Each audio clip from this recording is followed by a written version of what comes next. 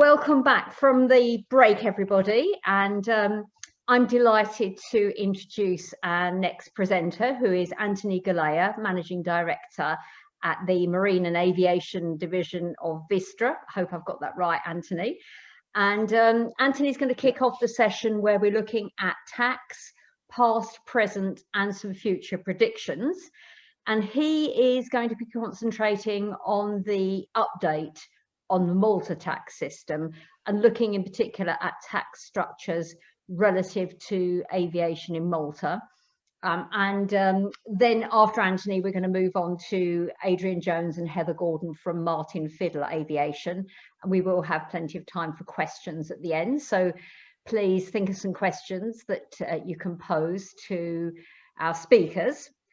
So Anthony, without further ado, I'm going to hand over to you. If anyone wants to see Anthony's full biography, it's available at our website, which is www.quaynote.com. Anthony, thank you very much. Over to you. Thank you, Lorna. Good morning, everyone, and welcome. It's a pleasure to be here this morning. I must admit what I've decided to do after discussing with Lorna is give you a few quick updates on what's happening in Malta rather than taking you through the various plethora of opportunities we do have in Malta. Lorna, if you can move to the next slide, please. Thank you. I can, absolutely. Perfect, thank you so much. No Basically, problem. what we are looking to discuss this morning is this grouping idea. There's a few other updates relating to the leasing, and finally I did have a conclusive slide on the trends. Lorna, if you could, I think, press forward. Have a few nice images that we'd like to share with our guests. Yeah, sure. Okay, here they are. Just click through. Thank you so much. So the first update relates to these tax consolidation, and it's really nothing extra new. There's no new tax provision, but I did feel I should mention that. If we could move back to the previous slide, Lorna, thank you. Oh, because it's something that could interest you and your clients, because it relates mainly to companies owned by non-Maltese investors. It's a general rule in Malta, and it's interesting because when our Maltese legislator and their advisors set up the new system, which was introduced by a white paper in 2010 in Malta, they came up with a concept of aviation hub. And I thought it was a really good idea. And in fact, one nice advantage of Malta is that you have a kaleidoscope of different operators in Malta, from AOC operators to small companies doing a bit of maintenance, to the big maintenance companies, so on and so forth. And creating a hub in Malta meant that you have a lot of different entities, people present on the island. And this type of structure could be of interest to them or to you if you're advising them. Because in Malta, very quickly, the current system is that you have a right, if you are a foreign investor, and there is a dividend distributed from a trading entity, your Maltese company, to a holding entity in Malta to receive a refund of 6/7 of the tax paid in Malta, which is a very nice incentive that Malta introduces for people, for investors, especially in the aviation industry, but only to come and invest in Malta. And what the government has done last year is that in order to facilitate this process, they have introduced this idea of consolidation, and if an application is done, then it would be possible, rather than paying the tax and asking for a refund, one can consolidate the accounting of the holding entity and the holding entity, and therefore just ask the tax at the level of the holding. That is, rather than asking for the refund back, you just pay the net difference, which is 5% of the taxable income. It's not a tax incentive, it is a fiscal measure. It does give a lot of cash flow generation, especially, for companies. I would mention companies who set up this for an AOC holder, or a maintenance center or simply an operator, an FBO, that are owned by foreign investors, think about this because it can facilitate your life. That was introduced in 2019. So to the next slide. Another of the measures, thank you very much, that was introduced in 2020 this time relates to the importation of aircraft. So far, we knew that we could import in Malta aircraft who are operating under an AOC, and the idea, and in fact I have a slide about that, next one, was that most of the times it is the AOC operator that would import the aircraft. Sorry, Anthony, do you want me to move on to the next slide? Excuse me. Did you say you wanted the next? Absolutely fine. No, that's fine. It's fine. We'll tackle it. Okay, no problem. The next one. What the government has introduced or the industry has pushed for in 2020 is the ability to import aircraft as a private operator as well. So it is not just your company who is not doing any commercial activity who can do the importation and you get an evaluation, but it is your private company that is doing an economic activity, just not doing so under an AOC. So the principle that the operator under an AOC can import the aircraft remains. That exists in all EU countries. The principle that if you are private, you should in principle pay VAT on importation, that remains, and that would allow the aircraft to be in free circulation. There has been a lot of discussion in the event of structures where aircraft were operated for a commercial reason, so there was an economic activity underlying the operation, but effectively the aircraft are not operated under an AOC, but rather under Part NCC. In that case, it is nowadays possible to import the aircraft in Malta without paying VAT on the importation in view of the economic activity which is underlying the bill. It is subject to a number of conditions, of course, one of which is proof of the economic activity, is obtaining a VAT number in Malta, and is also subject to a security deposit, or rather a bank guarantee, which is a fixed amount which has to be delivered to the Maltese tax authorities to make sure that the operator does adhere to the conditions, most notably that there is a real economic activity underlying. But it is a nice opportunity because I understand such an opportunity only existed so far in the other jurisdictions, most notably in the UK and the Isle of Man. I'll let Heather and Adrian maybe comment on them later. And of course, Brexit will create a problem in that sense. And therefore, in my view, this gives a new opportunity now in view of Brexit. However, I will stop commenting on anything related to Brexit at this point and let Heather and Adrian, who are certainly more competent than myself, to deal with this big B issue. Lorna, so can we move to the next slide? Absolutely.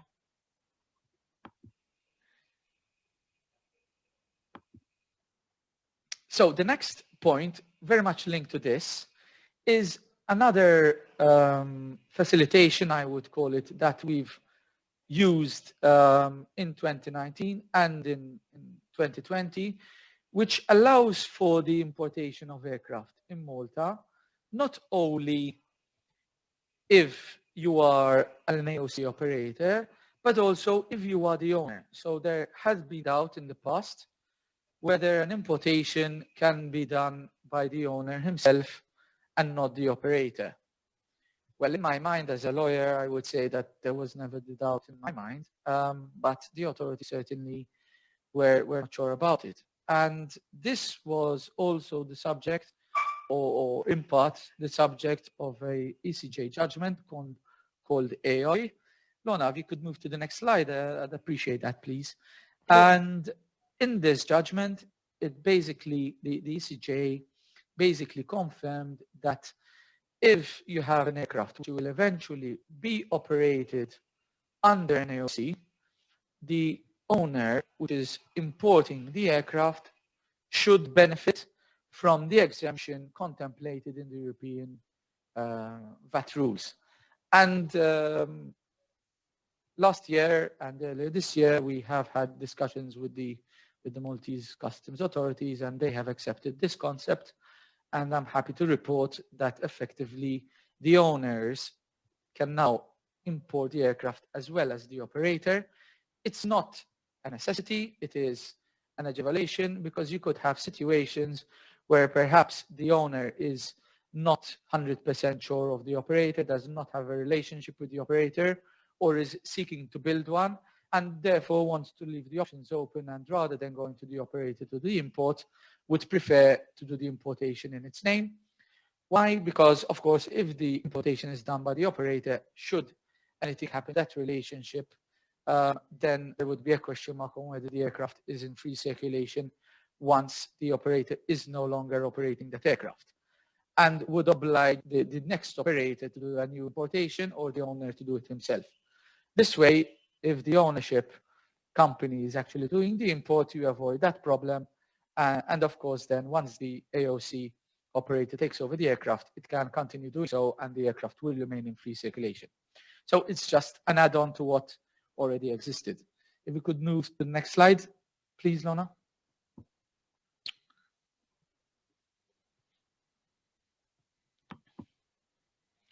Oh, there you go. There we go. Perfect. Last slide for you today, which is really two other observations I'd like to make. The first one is the infamous Trump tax. As most of you might have heard, this has been imposed in 2020 also on aircraft, which is obviously a big punitive measure. And what does this mean? That if aircraft are coming from the US and are being imported into Europe on a permanent nature, very often the case, whether it's on an AOC or not, this Trump tax would apply, and it's 15% tax, which is, there are very few exemptions, it's not refundable, and it's a big problem in my view. I am very well aware that since the US elections, the French government has already reached out to the new elected President Biden to immediately remove that. Obviously, we all know why the French have a very big vested interest to avoid this tax. However, be aware of it, because on all new importation of aircraft, this tax could apply, and it's a really big problem for us when it comes to new aircraft. So that's another thing I think we should mention, especially because I have a lot to say about importations. The last point for us today, and again, my presentation is a bit succinct on purpose, just to give you really the updates of what has been happening. You might have heard of the promotion by the Maltese government of a new aircraft leasing regime. Just by way of background, we did have a number of provisions in Maltese law facilitating both the lessor and the lessees when it comes to leasing of aircraft and the fiscal treatment of the same. I'm not going to stay boring you with a lot of tax talk this morning. I think it's a bit too early or too late for some of us. Suffice to say that Malta is targeting the lease industry. It's not doing so solely for biz jets, so is looking at a wider opportunity and has in mind to introduce a number of further, let's say, advantages and operational regulations in order to attract more lessors to the island. Of course, there's not many lessors who are operating in the biz jet space.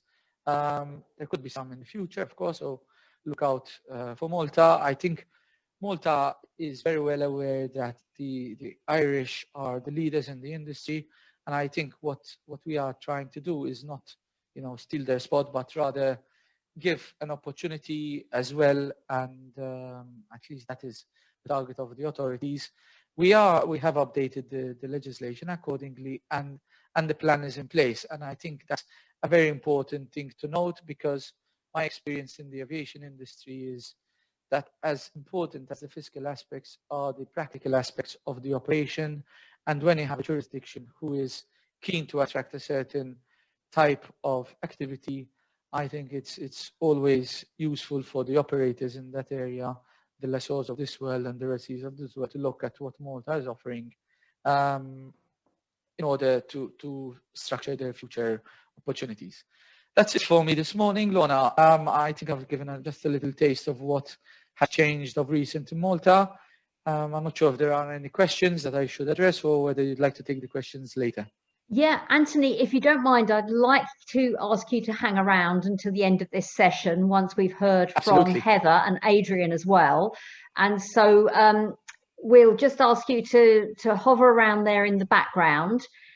Thank you very much indeed for that presentation. And we are now going to welcome Adrian Jones and Heather Gordon, who are both from Martyn Fiddler.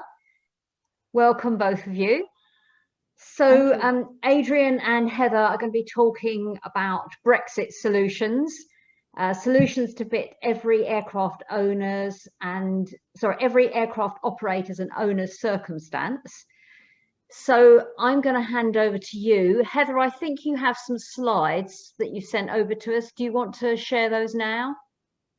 I've got the share screen button in front of me, so I should be able to do that when the time comes. There's only one that I'm going to share. Excellent. Okay, well, that makes it nice and simple. Okay, guys, well, look, over to you, and then we'll take questions for both of you and Anthony at the end. So everybody, please send in your questions, and we'll get to those at the end. Thanks very much. Over to you, guys. Great, thank you very much, Lorna, and thank you to everybody at Quaynote for inviting us on today. So I'm Heather Gordon, I'm the Legal Director at Martyn Fiddler Aviation. My colleague is Adrian Jones, he's our Tax Director. And we're going to be talking to you about Brexit and Brexit solutions today. So we're going to look at why Brexit impacts nearly all aircraft that are flying into or within the European Union and UK at the moment, how to check if a particular aircraft is going to be impacted, then what solutions might be available for that aircraft, and how to start narrowing down your options and choosing the optimal solution. So please ask questions throughout. We know there's a question session at the end. If you want to email us to ask any more specific questions, please feel free to do so. So, Adrian, let's start off with a bit of a summary of what Brexit is and why it's going to impact business aviation. Take it away. Well, thank you, Heather, and thank you, Lorna, for having us here on this webinar. Brexit is something that started back in 2016. I remember it well because on that day I was giving a speech at a conference when we could all be in the one room together, unlike these days. And I firmly predicted that the UK would not vote to leave the EU. So with that in mind, you can listen to what I have to say now with perhaps a pinch of salt. But back in 2016, the UK voted to leave the EU. And that process was finally concluded, actually, in January of this year. So the UK has left the EU. It's already happened. So what are we doing here now talking about it? What is the point of this conversation? Well, what we're looking at now is the UK departing the customs territory of the EU. So it's almost as if, for customs purposes, nothing has actually changed. But at the end of December, the UK and everything that is part of the UK, if you like, territory, ownership, or what have you, all those products and goods will be removed from EU customs territory, and we will end up with two customs territories. A brand new customs territory, which will be for the UK, and because we're speaking aviation here, then it's fair to say that, or I should say, that that will include the Isle of Man as part of that new customs territory. And then you'll have the remainder customs territory, the existing EU 27 countries, and they will remain as they are in their customs territory. So I guess, and one of the things that we've got a basic countdown at work is now that there are 18 working days left until the end of the transition period. I mean, every week we hear the negotiators say we're gonna call it quits after this week. Adrian, do we actually anticipate we will learn anything in the next 18 working days? We will definitely learn something, but quite what that is, we don't know, because they do seem to be on a knife edge. The British position is that we are very much defending our fish. That seems to be very important. Clearly they are our fish and they swim in our waters. And so that, if it is, if you like, a break point with the negotiations, will mean that there is no conclusion, no agreement. However, time is running out. We need an agreement very soon, because what is agreed has to be agreed by the European Parliament and presumably approved by the European ministers from the different member states, as well as the UK Parliament. So there are limited working days, as you say, to have an agreement and then to authorise or sanction that agreement. So my understanding is that one of the things that will be the effect of Brexit is that all aircraft that were imported through one customs territory of the two new customs territory will, as a result, be out of the other customs territory at the time we get to the end of the transition period. Now, I think a lot of people realise the impact that this is going to have on aircraft owners and operators in the new EU 27 and the UK. Adrian, just as an additional, does this impact everybody outside of those territories as well? Well, if your aircraft has been imported into the EU, then the decision is likely to be binary. Either that aircraft will have its future fiscal base in the UK Isle of Man, or in one of the remaining EU countries, and therefore part of the EU fiscal base, if you like. And that can apply to aircraft owners and operators who look after aircraft from outside of the EU, as well as owners and operators looking after aircraft within the EU. So it can have a global impact, yes. Really, it's all aircraft travelling into or within the EU. It doesn't matter where their registration is, anything like that. It's their actual flying in and within that's one of the key areas there.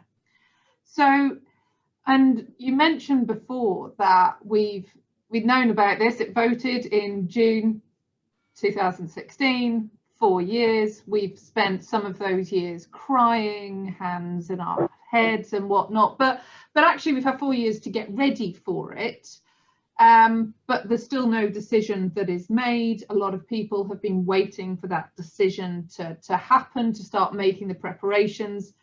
18 business days left. Okay, how do people start getting prepared? What are aircraft owners and operators actually, what should they be looking for, and what should they be doing to try and use this small amount of time that we've got left to the best way possible? Well, I think the advice that we're giving to those that contact us is for them to try and understand whether if their aircraft are imported into the EU, what is that fiscal base for the aircraft? So that would involve looking at two key points, perhaps the customs status of the aircraft, and perhaps as a distinct question, the VAT base or the VAT situation of the aircraft. Typically, when an aircraft is imported, the VAT is accounted for, paid at the point of import. So it can be one in the same thing. But I think I would encourage aircraft owners, operators to gather their documents together, to look at the import documents, to look at the VAT documents, and to work out whether the aircraft has a particular fiscal base in the UK, Isle of Man, or one of the other EU countries and therefore in the EU customs territory, and whether that fits with the planned future operation of the aircraft and what the intention is going forward. I think it's probably fair to say that it isn't going to be an aircraft owner themselves that is doing this prep work and looking through the documents. And one of the questions we've had is who should be doing this? And our response is generally, it would be a good idea to get the original team back together, sort of the people who originally dealt with the import or have looked after these matters. That might be the aircraft operator or manager, the legal counsel, your tax advisor, and really considering why you did that at that point in time, how you did it. And Adrian, you mentioned the documents there. Can you name any specific documents that would be valuable for that team to be looking at? Yes, certainly. I mean, the key import document that you would want to look at is just that, the import document. Now, that is known throughout the EU as the single administrative document. In different countries, it has different titles of form names. So in the UK, it's a C88. In Italy and Spain, I think it's referred to as a DUA. And this document provides lots of details about the import, who imported, when, where, details the aircraft, hopefully very specifically, the VAT paid. So that will give you an idea as to the import base for the aircraft. Then you have the VAT position. Now, if the VAT is accounted for as part of that process, for example, in Malta, and the import was in Malta, then presumably you have a very Maltese-centric fiscal base for the aircraft, and it will no longer be imported in the UK. Conversely, if you have an import through the Isle of Man, using an Isle of Man company, with VAT accounting in the Isle of Man, then that aircraft will be imported into the UK Isle of Man, but would need a solution thereafter for the EU. Okay, cool. So if we have identified an aircraft or aircraft that are going to be impacted, and we think this is a considerable amount, we should probably look at the options that are available to start resolving this situation. So I'm going to share my screen with you, hopefully, if technology works for me. And these are sort of an overview of our summary of the options. We've really tried to break it into a couple of categories, and really I think you can start by primarily dividing these categories into an import arrangement. That would be a full import arrangement into either the new EU 27 or the new UK customs territory. And those full imports are going to by perhaps a corporate solution. So we've heard Anthony discuss about Malta. There's also corporate solutions available in Cyprus, in Ireland, in the UK, in the Isle of Man. There's also one-off full importation solutions such as the Netherlands Navigator. And alternatively, you could enter or you bring your aircraft in under a customs suspensive regime, which is commonly temporary admission. And we're just going to give you some more details on these three sort of key options as we see it. So if I stop sharing my screen, and of course, please do not hesitate to ask us if you would like a copy of this slide. Lorna and Alison have it as well, so they can send it, or I can just contact me. So Adrian, let's start with temporary admission. As possibly the simplest and easiest way to move around. Can you explain what it is and perhaps who it's for? Yes, certainly. Temporary admission is perhaps the easiest way for an aircraft to enter the EU if you meet the conditions. It's designed for non-charter aircraft who visit the EU probably infrequently and remain in the EU certainly for less than 6 months. That's one of the rules, but most aircraft wouldn't remain for more than 6 months in my experience. The ownership of the aircraft, the registration of the aircraft, the user of the aircraft, they should all be outside of the EU. So as long as you can make sure that you are clearly within those categories, then the aircraft can simply arrive into the EU. There's no fee to pay. It's an automatic permission. So if you qualify for it, you simply arrive and you can enter under temporary admission. And as an advisor, that's obviously an optimal route. The best advice, however, for temporary admission is to get advice, because if you break the rules, then you could be facing a 20% VAT charge, forced importation of the aircraft, in fact, more than 20% in some member states of the EU. So it's important to understand those rules. And there are some sort of danger areas, because the term user is in law. So who is the user of the aircraft at any particular time? And does the operator have a good view, control over who is getting on and off the aircraft? Because if that user turns out to be EU resident, then that's a problem. That's breaking the rules. Also, EU resident, what does that mean? It's not resident in France or Spain or the UK. It's not tax residency. It's not actual residency necessarily. It's a customs only concept of EU residency. So that needs to be looked at carefully. So again, I come back to, with temporary admission, it's great if it works. My advice is get advice. Okay, so moving away from temporary admission and into full importation. As before, we've sort of divided these into two categories, a corporate solution and a one-off.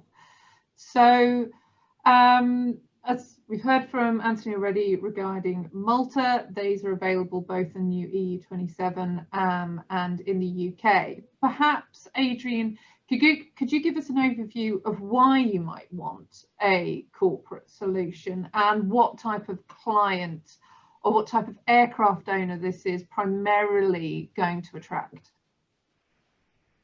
When you say corporate solution, this entails setting up a company to own or lease an aircraft, to create a business around the leasing of that aircraft. Now, this is typically been done in the Isle of Man.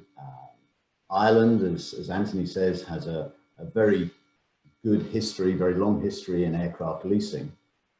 And now Malta as well, I think we can add to that list. Cyprus, jurisdictions where companies can be created on behalf of owners.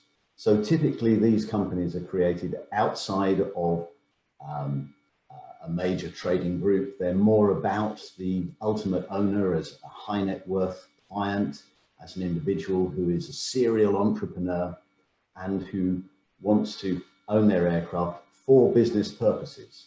So we would say that not only do you have to create a lease, but in order to avoid any question of abuse, you need to make sure that that lease is fundamentally, ultimately, all about a business purposed aircraft. I think the last thing any of us would want to see is an aircraft where there's some kind of VAT efficiency and the next minute the owner pops up flying into a beach resort somewhere in the media. So it does also provide more VAT efficiency, because with a local VAT registration, you can recover other VAT costs. It has an element of more permanence about it. So if you are going to centre your company in Ireland or in the Isle of Man, say, or Malta, then that is a decision that you will have to, I guess, stay with for a while. There will be annual fees and costs ongoing. So yeah, it's more of a sort of a decision, more of a sort of formal decision. Yes.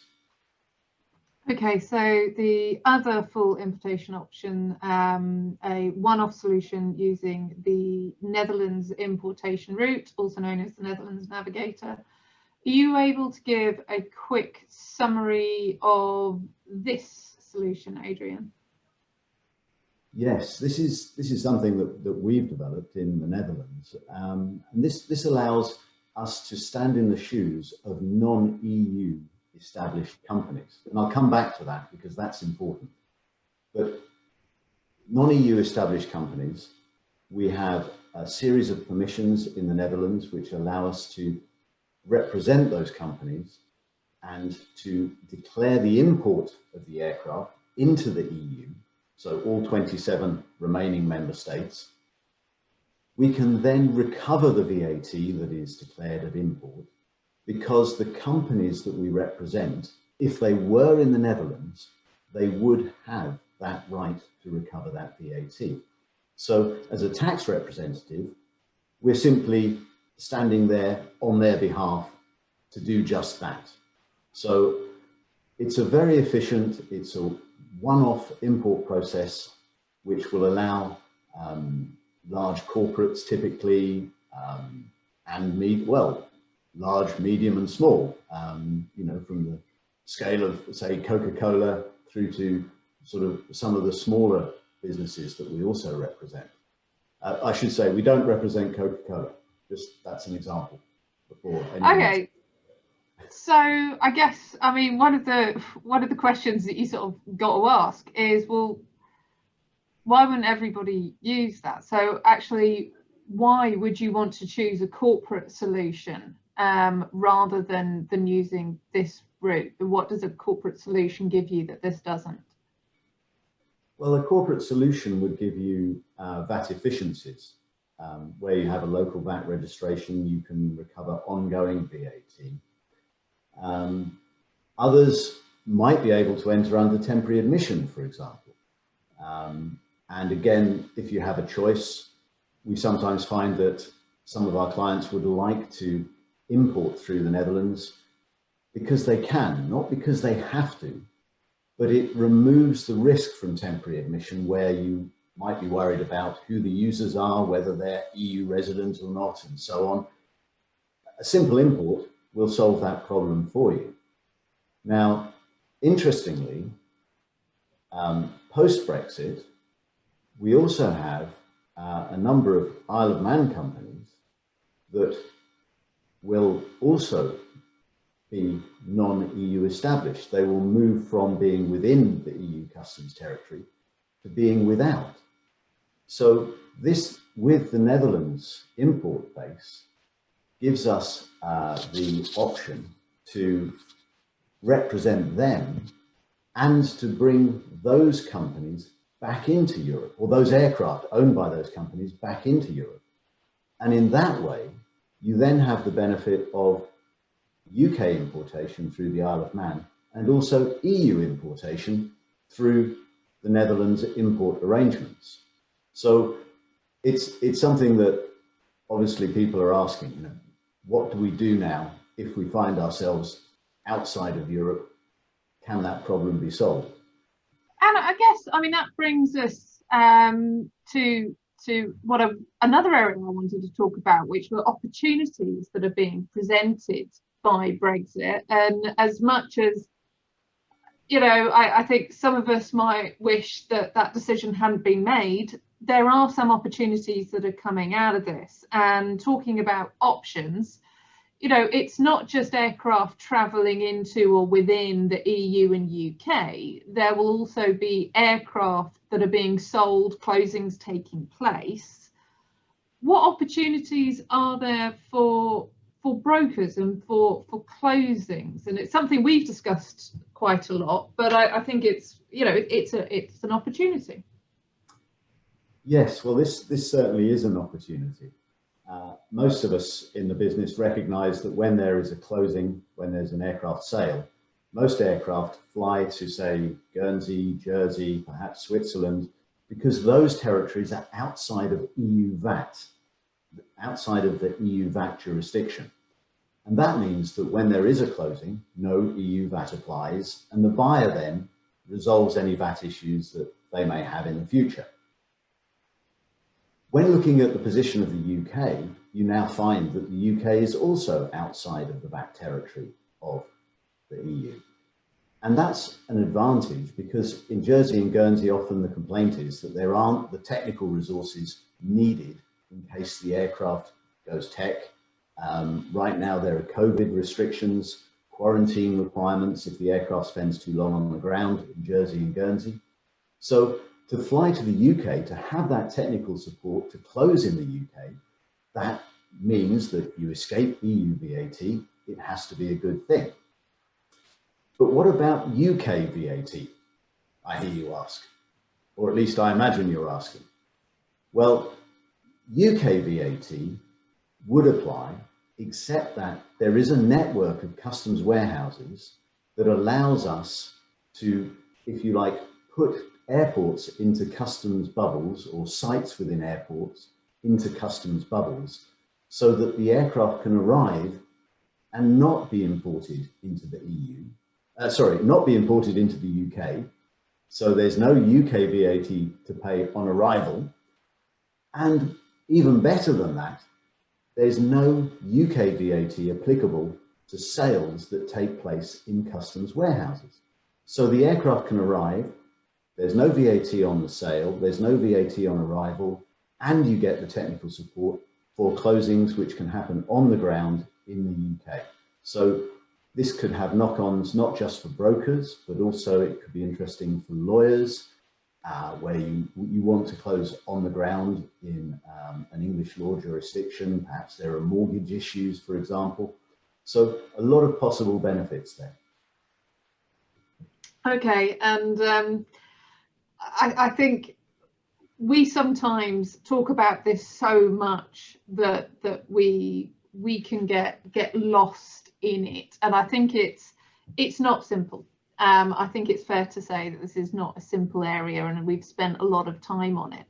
And one of the sort of, I guess, key messages that is important to stress is that while we've talked about some options here, some solutions, ways forward, it's really not as simple as picking your favorite option. It's looking at each aircraft is individual, it's bespoke, it has its particular uses, its particular operations, its own ownership structure. Every aircraft is an individual. And getting that team who are looking at the preparatory work and looking at the original importation to sort of say, okay, well, has anything changed? Has the use changed? Have the operations changed? Has the structure changed? Is it still relevant to have this aircraft imported in a similar fashion? Or is temporary admission now an option for us? Or in fact, is temporary admission absolutely not an option for us? And I think when we go back to that team, and a question that we've been asked is, oh God, do I really need to take tax advice? Well, yes. Really, I think this is a specialist area, and the liability of getting this wrong is huge. And Adrian, I'd ask you whether you thought a tax advisor was required, but I think you might be slightly biased on that one. But I think even if it isn't a tax advisor, somebody with specialist knowledge on this area, because it is potentially huge liability for getting this wrong. And it's not all doom and gloom. There are opportunities there, but you need to be very careful with analysing how you're going to remedy the situation, because I think we're all in the same boat, and we can't stop Brexit from happening as much as we might want to, and we've just got to deal with it. So Adrian and I spoke through the top 3 questions that we get on a regular basis. And let's just go through these in no particular order. We've got a couple of moments left of our presentation. So, Adrian, question number 1, does it matter where an aircraft is on the 31st of December 2020? Okay, so the answer is yes and no, but probably more no, I think. There are transitional arrangements when the UK leaves at the end of December, which mean that the aircraft, if you like, if the aircraft is in the wrong place, so if it's a UK imported based aircraft that finds itself in the EU, then it has a chance to remain there for a while before departing. But on the next arrival back into that territory, it would need to consider whether temporary admission was applicable or an import solution. And the same for the other way around, where you have European-based aircraft that find themselves in the UK. If you like, they're kind of in transit over the change period. Now, a lot of, some more of this has been spoken about in relation to yachts, I think, primarily because yachts will spend perhaps longer in one jurisdiction. So if you have a yacht in the south of France, it might remain there for a while. And it's been suggested that this is a semi-permanent arrangement, but it's nothing that I would want to rely on for aircraft because they move around far too quickly. Okay, so question number 2, and I've used it quite a few times. We've got 18 working days left. Is it actually possible to do anything, action an import prior to the 31st of December? Well, if you need to take corrective action, having looked at all your documents and worked out the fiscal base of the aircraft, and if you've decided that you do need to re-import into the other customs territory, either EU to UK, UK to EU, then you can't do it yet. Because at the moment it's one single customs territory, and it won't be until those the new territory is created and you have 2 territories at the end of this year that you will then be able to carry out any, if you like, corrective import solutions. Okay, last question. I know it's your favourite. Grandparenting, also known as grandfathering. What is the likelihood of this concept actually happening, Adrian? Okay, so very quickly, grandfathering would be where an aircraft that is in free circulation throughout the European Union now remains so in the future. And that's by agreement between the UK and the EU. They get together, they agree everything, they discuss everything, there is an agreement, and that agreement allows for aircraft to continue pretty much as they were without the need to re-import. They'll be granted import status in the other jurisdiction, if you like. Now, I think there are a lot of ifs there. We're not sure we're going to get an agreement. We're not sure what that agreement will be about. It should, if everything is agreed, include something on aircraft, because I've talked to the people who are negotiating on this point, but that's not certain. And even if there is an agreement and there is some special arrangement, we don't know what that might be. And it might not be what we'd hope for. It might be a stay of execution for a few months. Who knows? So my advice continues to be, look at the aircraft and assess what you think you need in the future and plan for that now. I think that's everything for us, Lorna. Excellent. Well, thank you, Heather and Adrian. That was very interesting, very insightful. So, and we've got Anthony back here as well. We do actually have one question, and if anyone else has got any questions that they want to pose to our panel of experts, now is your opportunity. So please send in your questions while you can. So the query is from Razvan Stefan from Emperor Aviation, and Razvan is asking, at the current stage, with the UK still being part of the EU, is it correct that Stansted is okay for closures without VAT? Very specific question there. Any thoughts, guys? Well, a quick answer from me would be, if you close in Stansted, then that's in UK territory. And if it's in UK VAT territory, then it should be plus UK VAT, unless you are in a customs warehouse or you have another customs permission which allows VAT to be disregarded on that closure. So I know that we, for example, provide customs warehousing facilities, virtual customs warehousing facilities for the whole of Stansted, but you need to be entered into a specific customs regime. It's not something that you can just turn up and enjoy. It is a specific approval, so you need to be on the list, if you like, provided for by someone who holds an authority to allow you to do that. Excellent. Okay. Well, Razvan, I hope that answers your question out there. I think we may have another question as well. Yeah, he says clear. Thank you very much. So thanks for that feedback, Adrian. Actually, I actually have a question for Adrian. Oh yeah, sure. Fire away, okay. Anthony. Over Very to you. Good. No, I enjoyed very much I enjoyed very much your presentation, both Heather and Adrian. Thank you very much, because you really explained it clearly. Adrian, one question on the Dutch Navigator, just to understand an important opportunity for, let's say, the more European-based operators. Could you explain a bit more what you guys are doing there and how you're doing it? Again, just for a bit more understanding of the I know it's not Brexit related specifically, but it's a nice opportunity now that, you know, the Isle of Man options are gone after Brexit.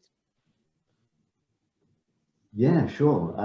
The Netherlands arrangements, we have a series of permissions from the Dutch authorities which allow us to represent clients who are not EU established for the purposes of import. So we stand in their shoes, if you like. So if they were in the Netherlands, then they would have the right to import an aircraft and to reclaim the VAT on that aircraft. And we represent them for that purpose. So we provide for an import, a one-time import, and also VAT recovery. And interestingly now, as you mentioned, the Isle of Man being outside of the EU, it allows us to re-import aircraft that are in business in the Isle of Man into the EU. So actually, the number of our clients now are coming to us and saying, well, we have the need to be imported into the UK because of what we do in the UK, maybe we're resident in the UK, but we also have a need to fly in the EU. And we have an import requirement for both. So in that way, we're able to, if you like, bring the two customs territories back together, which is one of the options now that we can offer. No, in fact, I was going to ask you whether you can have a kind of combined option of both now. So you kind of have the equivalent situation in the Isle of Man for the UK, and you have this option, let's say, for the European operation, just to have the aircraft always kind of in free circulation, I guess, you know, and just not have troubles anyway. And I think it would be fair to say, when we were looking at this, and the team here sat down and on the whiteboard, is one of the more complicated meetings I've ever been in, is drawing out all the different variations of options that you could realistically have. So yeah, it's there's lots of different variants, I think. No, of course, I echo then your point of getting proper advice on it, because it could be complex, but with proper advice, it's a nice new solution, actually. Well done. And I think, you know, everybody here, and I should say now that, you know, in past lives, Anthony and I have worked together on various projects, and got a lot of respect for Anthony and what he does in Malta. And I think we're all here to try and service clients, to try and get to the right solutions for them. And every client is different. So some clients will need a very UK-centric solution, others much more European, others will need an AOC type solution, which Malta has got a long history in providing. So it's finding the right solution between us to make sure that clients end up flying where they need to legally and imported in free circulation, as we say, as they need. Excellent. Thank you. Actually, I've just got one brief question for you. It's not specifically tax related, but obviously you guys are talking to clients out there, you know, at the coalface, as it were. And I'm just wondering, with regards to Brexit, you know,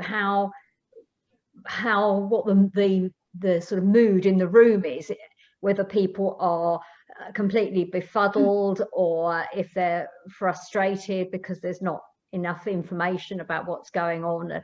What are people saying to you? Can you share any of those thoughts with us?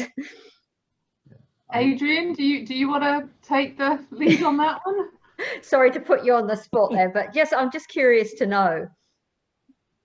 I think there's a process. Yeah. I think they move from feeling concerned, or there's a lack of understanding. So looks of queries, you know, when you have these Zoom meetings or team meetings, and then the mood gets a little bit more intense when you start explaining about the solutions, and there's more focus.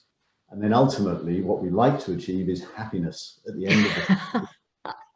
We can, in many cases, we can solve the problem. Now, it's not always, you know, I would say get tax advice. I'm a tax advisor, so, you know, that's what you'd expect me to say. But having got that advice, then there are many places you can go. Now, ideally, we're in business. We'd like to provide all the solutions that we can to all the client opportunities that we can. But we recognize that clients will want solutions we can't provide at times, that Anthony will provide solutions, others in Malta, others in other jurisdictions. But we want to get the aircraft flying in a legal fashion, an imported fashion. We want to provide clarity to clients at a time when, yes, there's change, but it's that usual change curve. Things start